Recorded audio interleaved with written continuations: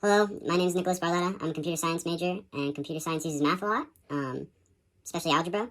My favorite example is a big career for computer programmers is programming cars. And there's lots of different ways you can program a car. There's interfaces and all sorts of things, but my favorite thing that they have in new cars is collision mitigation systems.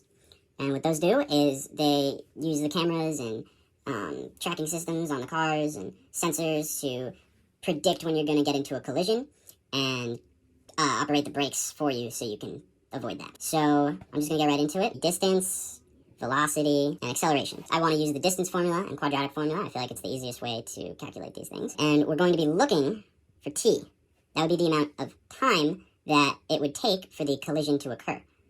Moving at these speeds from this distance, how long will it take? That's what we want to find. Why are we using the quadratic formula? That will give us the amount of time it'll take for the distance to go from 200 feet to 0 feet. So, for the collision to occur.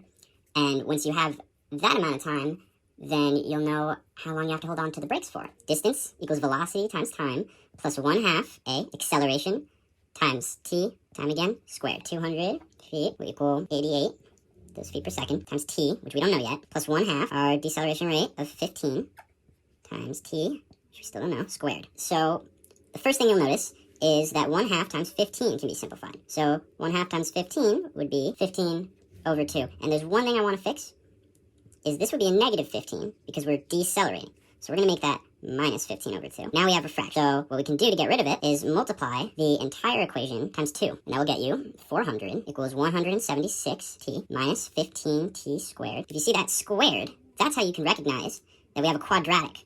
There's one variable squared, one variable alone, and a constant. That constant is on the wrong side of the equal sign.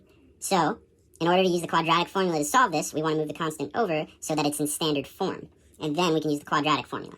So we're going to subtract that 400. And then you get negative 15t squared plus that 176t from here minus 400, as we subtracted here, equals 0. Now that it's set equal to 0 in standard form, you can use the quadratic formula. Negative b plus minus square root of b squared minus 4ac all over 2a. Just plugging that into the calculator. Really, we have two equations.